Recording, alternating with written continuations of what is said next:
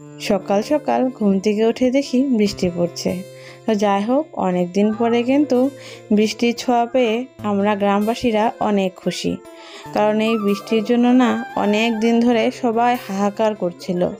তো আরেক দিক দিয়ে অসুবিধা হয়ে গেল, কারণ সামনেই দুর্গাপুজোর আগে তো অনেক কাম কাজ থাকে, ঘর ঠর ঝাড়া, কাপড় চোপড় ধোয়া, এমনিতেই তো সারা বছর করাই হয়। তবে কিন্তু পুজোর আগে খুঁটি নাটি সমস্ত কিছু কিন্তু করতে হয়। তো যাই হোক, শুভ সকাল বন্ধুরা, কেমন আছো তোমরা সবাই? আশা করছি তোমরা সকলেই যে যেখান থেকে দেখছো সবাই খুব ভালো আছো, সুস্থ আছো। আসামের ছোট্ট একটি গ্রাম থেকে আমি পূজা তোমাদের সকলকে আমার ব্লগ চ্যানেলে অনেক অনেক স্বাগত আর অনেক অনেক ভালোবাসা জানাই। তো সকালবেলার বাসি কাজগুলো কিন্তু করা হয়ে গেছে, আর এর মধ্যে বৃষ্টিও কিন্তু ভালোই কমেছে। তো কাজগুলো করে নেওয়ার পর ওই যে বারান্দাটা মুছতে এসেছি, কারণ ওই যে বৃষ্টির জন্য বারান্দাটা দেখো ওই গাড়ির চাকা দিয়ে দাগ হয়ে গেছে। তো ভাবলাম এরকম কাদা থেকে একবারে মুছিয়ে ফেলি। তো ওই দেখো ওই জন্য মুছতে শুরু করে দিয়েছি। আজকে আবার মেয়ের স্কুল বন্ধ, তো ভাবছি পুজো তো অনেক কাজ, আর এখন যেহেতু বৃষ্টি পড়ছে কাপড় চোপড়ও তো ধুতে পারবো না। তো যেগুলো ঘরেরই খুঁটিনাটি কাজগুলো সেগুলো কিন্তু করে রাখি, তাহলে কিন্তু অনেকটাই সুবিধা হবে। আর আমাদের বাড়িতে না মহালয়ার আগে কিন্তু ঘর ঠর ঝাড়া সমস্ত কিছু করতে হয়। তো আজকে বৃহস্পতিবার বলে ঘরটাও আর ঝাড়লাম না, কারণ তোমরা তো জানোই বৃহস্পতিবার করে আমি কিন্তু ঘর ঠর ঝাড়ি না। তো যাই হোক, বারান্দাটা মুছে নিচ্ছি। তো ভাবছি বারান্দার যে দেওয়ালগুলো ছিল ওই দিন তো খানিকটা মুছেছিলাম, মানে পরিষ্কার করেছি, আর সামনের দেওয়ালটুক রয়ে গেছে। তো যেহেতু বৃষ্টিও পড়ছে, ওই বৃষ্টির জলে না ওই দেওয়ালের যে শেওলিগুলো সেগুলো কিন্তু একটু নরম নরম হয়ে রয়েছে। তো ভাবছি আজকে ঘষেই দিই, কারণ বসে থাকলেই দেরি। আর বৃষ্টির দিনে বাইরের কাজগুলো করতে কিন্তু ভালোই লাগে, কারণ অনেক দিন পরে বৃষ্টি, আর আমি তো বৃষ্টিতে ভিজে ভিজে কাজ করতে ভালোই বাসি। তো আর কি। তো এদিকে না তোমাদের দাদা ভাইও আজকে ওঠেনি, বৃষ্টি পেয়ে ও কিন্তু ঘুম দিচ্ছে। তো যাই হোক, আমি আমার করণীয় কাজগুলো করে নেই। আমার তো সেই কপাল নেই যে কাজ বাদ দিয়ে ঘুমিয়ে থাকবো। আর একার সংসারে কিন্তু সমস্ত কাজগুলোই একটু বুদ্ধি করেই করে নিতে হয়, কারণ সমস্ত কিন্তু একা হাতে করতে হয়। কারণ ঘরে যদি আরও 2-1জন লোক থাকে তাহলে কিন্তু ঠিক অতটা অসুবিধা হয় না, তখন কাজের ভাগ হয়ে যায়। আর একা সংসারে কিন্তু ওই কাজের ভাগিদার কেউই নয়, শুধু একাই। তো দেখো ওয়ালগুলোতে না ভালোই শেওলি হয়ে গেছে। তো ওই যে আগে জল দিয়ে ভিজে নিচ্ছি, তারপরে ওই যে একটা বস্তা ছিল, মানে প্লাস্টিকের যে ব্যাগগুলো থাকে, তো সেই ব্যাগগুলো মানে ছিঁড়ে গেছে। তো সেই ব্যাগটা নিয়ে ঘষে দিচ্ছি। তো ঘষে দেওয়াতেই না ওই শেওলিগুলো উঠে যাচ্ছে। এমনিতেই তো ঘষা হয় মাঝে মধ্যেই, তবে এগুলো কাজ না ওই ডেলি করা হয় না, কারণ সংসারের আরও অনেক ধরনের কাজ থাকে। তো ওই সামনেরটুকু ঘষে নেওয়ার পরে এখন এই সাইডেরটুকু ঘষে নিচ্ছি। আর হ্যাঁ বন্ধুরা, তোমরা এই পর্যন্ত যারা আমার চ্যানেলে নতুন বন্ধু হয়ে আছো তাদেরকে একান্তই অনুরোধ ভিডিওটা ভালো লাগলে বন্ধু হয়ে যাওয়ার জন্য। আর যারা আগে থেকে বন্ধু হয়ে গেছো তাদেরকে অসংখ্য ধন্যবাদ আমার পাশে থাকার জন্য আর আমাকে সাপোর্ট করার জন্য। তো দেখো আমার কিন্তু মোটামুটি ঘষাঘষি হয়ে গেছে, আর দেওয়ালগুলো কিন্তু বেশ ভালোই পরিষ্কার হয়ে গেছে। এই কাজগুলো না দেখতে যতটাই সহজ, করতে কিন্তু ততটাই কষ্ট, মানে অনেক পরিমাণে ঘষতে হয়। তো অনেকে বলবে দিদি ভাই তাহলে ব্লিচিং পাউডার দিয়ে কেন ঘষছো না?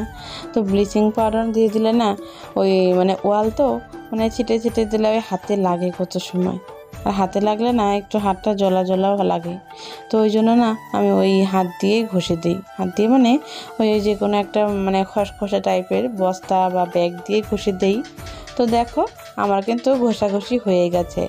তো এখন এই যে বালতিতে করে জল নিয়ে দেওয়ালগুলো ধুয়ে দিচ্ছি।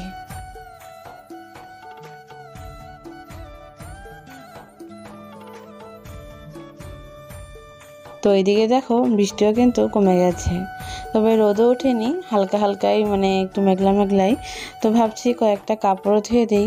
ওই কালকে যে মেয়ে স্কুলে গেছিলো ওই গ্রাউন্ডে না ওই মানে কেদা লেগে এনেছে। তো তো সেগুলো তো তৎক্ষণাৎ ধুয়ে না দিলে আবার ছিটি পড়ে যাবে। তো ওই জন্য দেখো বালতিতে করে জল ভরে রাখলাম, আর ঘরে থেকে ওই যে কাপড় চোপড়গুলো নিয়ে এসে ভিজিয়ে রেখেছি। তো এখন এই তো খোঁচে খোঁচে ধুয়ে দেবো।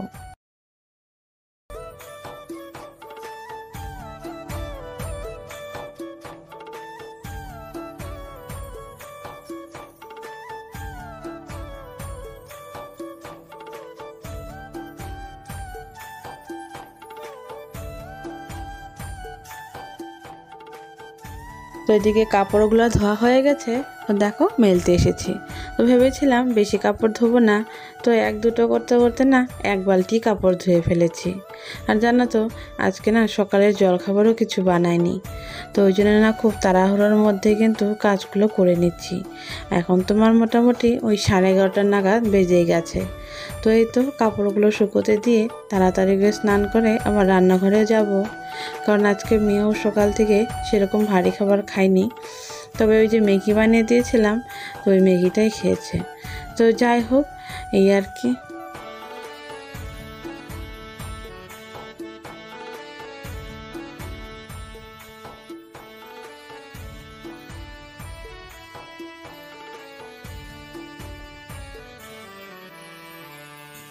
গ্রামের মানুষদের কিন্তু কাজের কোনো হিসেব থাকে না। মানে কেউ যদি বলে যে তুমি কি কি কাজ করেছো, সে কিন্তু কাজের হিসেব দিতে পারবে না, কারণ একটা কাজের মধ্যে আরেকটা ধরনের কাজ বেরিয়ে পড়ে।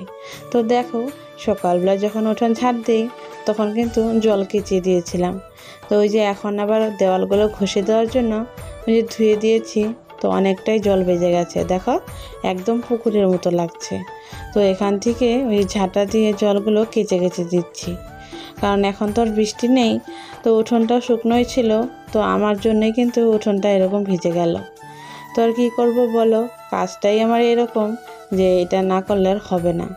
তো ওইদিকে স্নান টান করে দেরি করিনি, ওইরকমই রান্নাঘরে চলে এসেছি। তো আজকে আবার সকালবেলায় দুধ দিয়ে গেছে, তো দুধটা তো জাল দেওয়া হয়নি। তো এদিকে দুধ বসিয়ে দিলাম, আর আমার জন্য একটু ম্যাগি বানিয়ে নিলাম, কারণ সকাল থেকে আজকে 1 কাপ চা পর্যন্ত খাওয়া হয়নি। ওই যে সকাল থেকে কাজে লেগে গেছি, এখন হচ্ছে দুপুর 12টা, তো 12টা পর্যন্ত ওই উপোসই কিন্তু। তো এই যে ম্যাগিটা খেয়ে নিয়ে বাকি রান্নাগুলো করে নেব, কারণ খিদে না শরীরটা একবারে খারাপ লাগছিল। তো যাই হোক, এদিকে যে ম্যাগি ঠিকই খাওয়ার পরে সব জোগাড়গুলো কিন্তু করে নিয়েছি। তোমাদের দাদা ভাই আজকে আবার মাংস পাঠিয়েছে, তো ওই যে এখন মাংসগুলো রান্না করব। আর বাঁধাকপি ছিল ঘরে, তো ভাবলাম বাঁধাকপির ঘন্টটা বানিয়ে নিই। তো দেখো আমার এই বাঁধাকপির ঘন্টটাও হয়ে গেছে, এগুলো ওই যে নামিয়ে নিচ্ছি। আর এখানটায় ওই মাংসের আলুগুলো কিন্তু ভেজে নিচ্ছি। তো আজকে ওই যে সবাই খুবই খিদে পেয়েছে বলে আজকে আর কিন্তু বেশি রান্নাবাড়া করলাম না। তো বাঁধাকপি ঘন্ট করেছি, আর এই যে মাংস সবজিটা বানিয়ে নেব।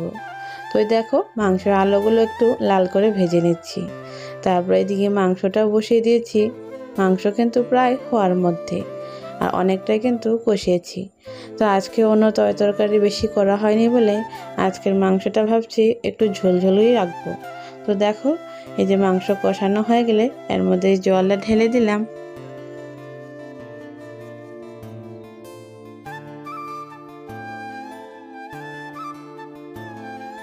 তারপরে যে খাওয়া দাওয়া করে নিয়ে কলাপাড়ে চলে এসেছি বাসনগুলো ধুয়ে নেওয়ার জন্য। তো এইদিকে আবার প্রাইভেটও পড়তে এসেছে, তো ওদেরকে কিছুটা লিখতে দিয়েছি, লিখতে দিয়ে আমি যে কলপাড়ে এসেছি থালা বাসনগুলো ধুয়ে নেওয়ার জন্য। তাহলে বন্ধুরা আজকের মতন ব্লগটা আমি এখানেই শেষ করছি। ভালো লাগলে লাইক কমেন্ট শেয়ার করে দিও, আর চ্যানেলে নতুন বন্ধু হয়ে থাকলে চ্যানেলটা কিন্তু অবশ্যই সাবস্ক্রাইব করে দিও। তাহলে আজকের মতন বিদায় নিচ্ছি, আবারও দেখা হচ্ছে তোমাদের সাথে নতুন একটা ব্লগ নিয়ে। ততক্ষণ তোমরা সবাই ভালো থেকো, সুস্থ থেকো।